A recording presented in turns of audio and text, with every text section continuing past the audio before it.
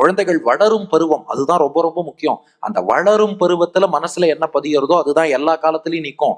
5இல் விளையாதது 50இல் விளையாது. பாருங்க, ருக்மிணி கிருஷ்ணனை காதலிச்சா கல்யாணம் பண்ணிண்டா.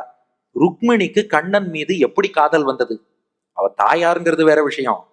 ருக்மிணிக்கு எப்படி காதல் வந்ததுன்னா பாகவத புராணத்துல இருக்கு. கிரகாகதைர்ஹி கீயமானாகா தம்மேனே சதிருஷம் பதிம்.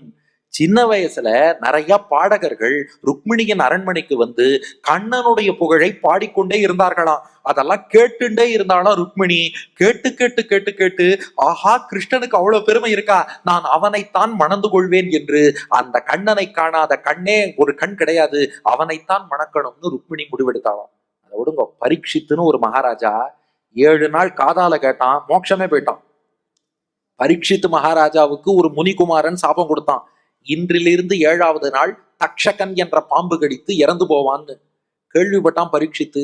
உடனே தன்னுடைய மகன் ஜனமேஜயனுக்கு பட்டாபிஷேகம் பண்ணிட்டு, இந்த 7 நாள் வாழ்க்கையில மிச்சம் இருக்கு இல்லையா, 7ஆம் நாள் தானே பாம்பு கடிக்க போறது, அந்த 7 நாள் பொழுதை நல்ல பொழுதா கழிக்கிறேன்னு சொல்லி கங்கை கரையில போய் உட்கார்ந்தான்.